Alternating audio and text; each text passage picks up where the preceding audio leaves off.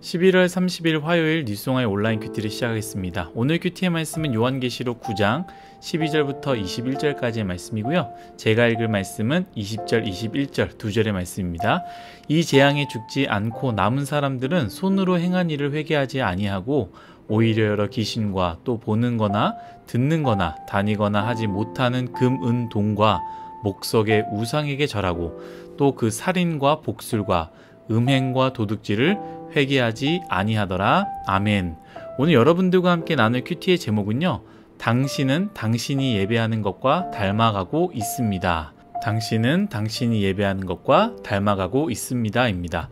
샬롬. 오늘도 하루를 허락하신 하나님께 감사합니다. 여러분들은 그렇게 생각하지 않으실 수 있지만요, 저는 요한계시록의 말씀을 묵상하면서 하나님께서 나의 인생을 주관하시고 인도하신다라는 생각을 할 때 감사를 생각하게 됩니다. 보이지 않지만 분명하게 하나님께서 이 세상을, 나의 삶을, 나의 인생을, 그리고 나의 오늘의 하루를 인도하고 계시니 잘 안 돼도 감사하고 잘 돼도 감사 아니겠습니까? 여러분들도 그러한 고백을 하시기를 간절히 바라겠습니다. 오늘 말씀은 6번째 나팔에 대한 말씀입니다. 제가 요한계시록은 크게 4가지 환상을 이야기한다고 하지 않았습니까? 이 첫 번째는 7교회로 보내는 편지에 대한 환상이었다면 이 두 번째는 이 세상에 대한 심판의 환상인데요. 이 두 번째 환상은 크게 3가지로 나눌 수 있습니다. 첫 번째는 우리가 함께 나눴던 7인, 두 번째는 7나팔, 세 번째는 7대접인데요. 오늘 우리가 읽은 부분은 7나팔에 대한 환상 중 6번째 나팔에 대한 환상입니다. 저희가 토요일과 주일에 큐티를 하지 않아서 쭉 이어서 묵상하지 않았으면 조금 놓치는 부분들이 있습니다. 또 어제는 14만 4천 명에 대한 말씀을 꼭 나누고 설명이 필요해서 하지 못했다 보니 벌써 나팔의 환상은 6번째 나팔의 환상으로 넘어가 버렸습니다. 조금 좀 설명하자면 7인에 대한 심판이 끝나고요, 사도 요한이 환상을 보는데 하나님 앞에 7천사가 7나팔을 받은 환상입니다. 그리고 7나팔을 가진 7천사가 나팔을 불기 시작하는데요, 첫 번째 나팔을 부니 우박과 불이 땅에 쏟아지는 그러한 심판이 일어났고, 두 번째 나팔을 부니 불이 엄청나게 나는 것, 세 번째 나팔을 부니 별들이 하늘에서 쏟아지는 것, 떨어지는 것, 네 번째는 해와 달들, 별들이 타격을 받으면서 온 세상이 어두워지는 것, 그리고 어제 순서로 5번째 나팔이 부니 무저갱이 열리고 땅에서부터 황충이 올라와 전갈과 같이 사람을 쏘게 하는 심판을 보게 됩니다. 먼저 이것을 우리가 꼭 기억했으면 좋겠어요. 요한계시록을 읽으면서 이 심판들, 이 상징적인 현상과 그에 일어나는 심판들을 들으면서 또 보면서 도대체 저 현상들은 어떤 것을 의미할까? 이런 자연재해가 일어나니, 저쪽에서 전쟁이 일어나니 이것이 요한계시록에 보여진 심판일까? 저것이 요한계시록에 보여진 심판일까? 어떻게 마지막 때에 저런 심판이 있을까? 라는 심판의 종류, 때 어떻게 일어날지에 대한 초점으로 요한계시록을 읽어서는 안 된다라는 것이죠. 그러면 어떤 초점으로 읽어야 됩니까? 제 답이 틀릴 수도 있지만 분명한 것은 이거 하나입니다. 확실합니다. 바로 박해에 직면한 지상교회를 격려하기 위해서 그들에게 보내는 예언적 편지이다라는 것이죠. 그래서 이 환상을 기록하고 있다라는 그 목적을 잃어버리지 않아야 된다는 것이죠. 어느 때에 이러한 재앙이 일어날 것이다. 어느 때에 이러한 일들이 일어날 것입니다. 저 때에 전쟁이 일어나고 저 때에 기근이 일어나고 저 때에 이게 일어나서 이게 말씀대로 이루어집니다. 이게 아니라 이 요한계시록은 지상의 교회들을 격려하기 위해서 힘내라, 끝까지 믿음을 지키자, 이 예언적 편지를 우리에게 허락하셨다라는 이 목적을 잃어버리지 않고 우리는 말씀을 읽어야 된다라는 것이죠. 저는 이 요한계시록, 특별히 이 나팔 재앙을 보면서요, 뭐가 떠올랐냐면 출애굽기가 떠올랐습니다. 모양과 결은 조금 다를 수 있지만 핵심은 너무 비슷합니다. 나팔이 불릴 때마다 수많은 재앙들이 일어났는데 꼭 출애굽기에 10가지 재앙이 떠올랐습니다. 어제 말씀인데요, 제가 읽지 않았지만 한번 읽어보겠습니다. 계시록 9장 4절입니다. 그들에게 이르되 땅의 풀이나 푸른 것이나 각종 수목은 해하지 말고 오직 이마에 하나님의 인침을 받지 아니한 사람들만 해하라 하시더라. 아멘. 하나님의 인침을 받지 아니한 자 14만 4천 명에 대해서 어제 큐티 기억나시죠? 단순히 인원을 말하는 것이 아닙니다. 수많은 사람들이 이야기하는 것인데 하나님의 택한 사람들을 의미하는 것이죠. 이처럼 재앙이 일어났는데, 심판이 일어났는데 하나님께서 어떻게 하십니까? 하나님의 사람들의 해함 당함을 허락지 아니하셨다라는 거예요. 여러분, 출애굽기도 마찬가지 아닙니까? 10가지 재앙들이 쏟아졌는데 애굽 사람에게만 그 심판이 이루어지고 이스라엘 백성에게 일어나지 않았습니다. 뿐만 아닙니다. 마지막 심판, 10번째 재앙이죠. 6월절이죠. 문설주에 피를 바르면 하나님의 사자가 그냥 지나가지 않았습니까? 이 요한계시록의 심판, 하나님의 인침이 없는 자, 여러분, 인침이 없는 자가 누구입니까?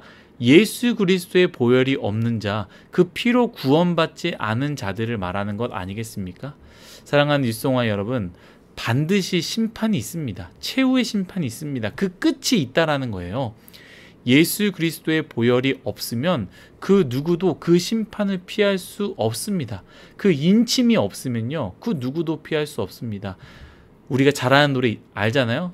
돈으로도 못 가요 하나님 나라, 지식으로도 못 가요 하나님 나라. 이런 것처럼 지식이 있고 돈이 있고 학벌이 있고 빽이 있고 세상에 좋은 것이 다 있다 할지라도 예수 그리스도의 보혈, 그 하나님의 인침이 없다면 아무 소용이 없다라는 것을 꼭 기억해야 됩니다.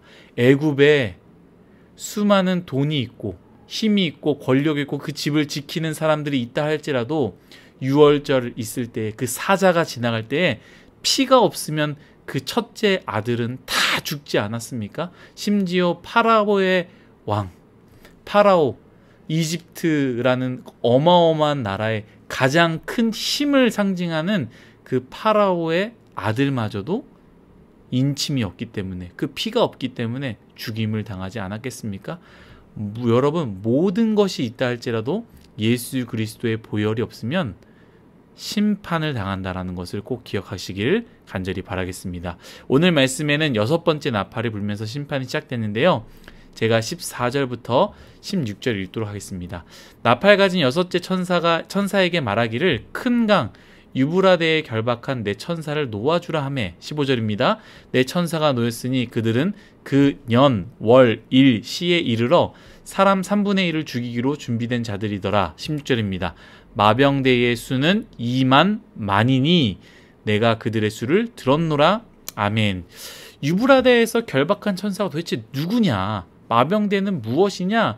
도대체 2만 만은 몇 명이냐에 대한 질문에 대한 고민과 궁금함이 많았고요. 수많은 사람들이 그것에 대해서 해석하고 또 여러 가지 해석들로 인해서 분분하고 있습니다.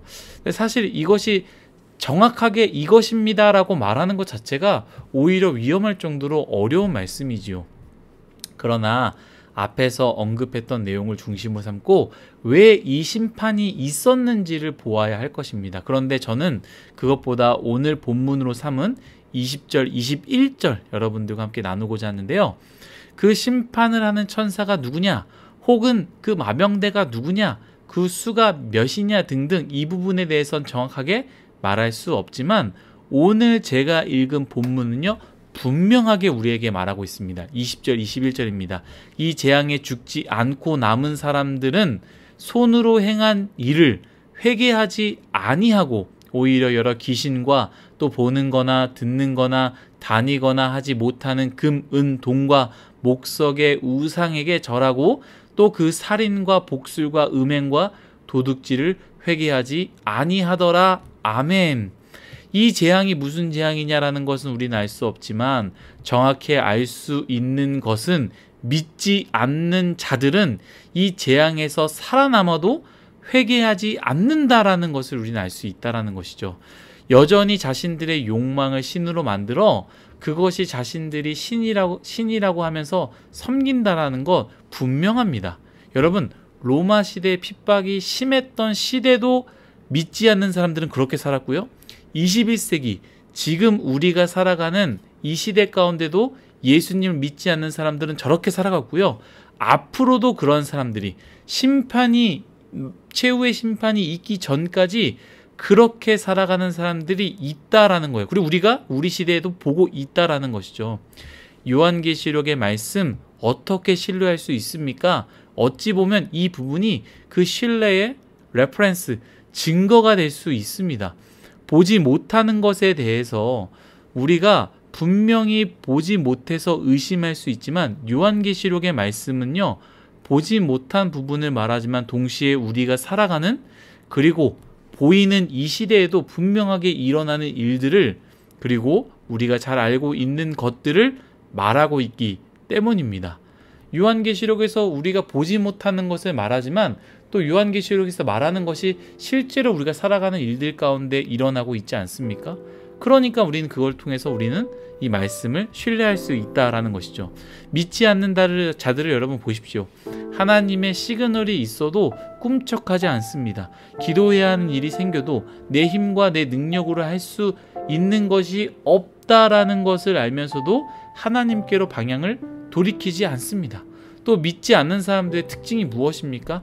여러 귀신과 보거나 듣거나 다니지 못하는, 그러니까 보지도 못하고 듣지도 못하고 다니지도 못하는 그저 금으로 은으로 동으로 그리고 목석으로 만들어진 우상을 붙잡으며 살고 있지 않습니까? 제가 큐티의 제목에 당신은 당신이 예배하는 존재와 닮아가고 있습니다 라고 정했습니다. 무엇을 예배하고 있습니까? 무엇이 되었든 그 예배하는 것과 닮아가고 있다는 것을 우리는 기억해야 됩니다. 오늘 말씀처럼 보지도 듣지도 다니지도 못하는 것을 예배하십니까? 그렇다면 우리의 인생은 보지도 듣지도 다니지도 못하는 존재와 닮아가게 된다는 거예요. 물질을 쫓고 계십니까? 내가 점점 물질화가 될 것이고, 음란을 예배하고 있습니까? 내가 점점 음란화가 될 것입니다. 이 세상, 우리가 살아가는 세상이 하나님이 아닌 돈이 신이 된 세상이 되지 않았습니까? 돈이 전부인 세상이니 그것을 따라가는 모든 사람들이 다 물질화되고 있지 않습니까? 생명보다 물질이 귀해지고 부모보다 물질이 귀해지며 우정보다 정의보다 세상의 가장 중요한 가치보다 돈이 중요한 세상이 되지 않았습니까? 오죽하면 초등학교 아이들의 꿈이 무엇이냐, 저희 때만 해도 대통령 혹은 소방대원, 경찰관 희생하는 그런 이타적인 직업들을 얘기했는데 지금은 뭐라고 말합니까? 건물주가 되고 싶다라고 말하지 않습니까? 사랑하는 율송아 여러분, 예수 그리스도의 보혈, 하나님의 인침받은, 하나님을 꽉 붙잡는 인생이 되시기를 간절히 바랍니다. 하나님을 예배함으로 하나님의 형상을 닮아가는 우리 모두가 되었으면 좋겠습니다. 혹시 다른 것을 예배하고 있습니까? 여러분들의 시간과 물질은 어디에 가장 많이 사용되고 있고 여러분들의 삶의 우선순위는 무엇입니까? 그것이 오히려 내가 무엇을 예배하고 있는지를 말하고 있을 것 같습니다. 혹시 점점 삶의 많은 부분이 하나님의 형상이 아닌 다른 것과 닮아가고 있고 내가 은밀하게 사랑하는 것과 닮아가고 있지 않습니까? 돌이키십시오. 여러분, 요한계시록 말씀 참 간단합니다. 믿음을 지키는데 어렵지? 힘내 라는 말씀의 메시지 아닙니까? 또 무엇을 말합니까? 너 회개하지 않을 거야? 회개해야 돼. 돌이키라 라는 메시지를 우리에게 주시는 것입니다. 오늘 우리에게 주시는 이 하나님의 말씀을 잘 붙잡고 오늘 하루를 잘 살아내며 특별히 하나님을 예배하고 하나님을 닮아가는, 그리하여 하나님의 인침받는 그러한 모든 인생이 되시기를 간절히 바라겠습니다. 기도하겠습니다. 하나님, 우리의 인생 혹시 하나님께 인침받지 않는 인생으로 다른 것을 예배하며 다른 것을 붙잡고 살아가고 있는 것은 아닙니까? 주님, 우리의 삶을 돌이켜 하나님을 붙잡는 그러한 인생이 되게 하여 주옵소서.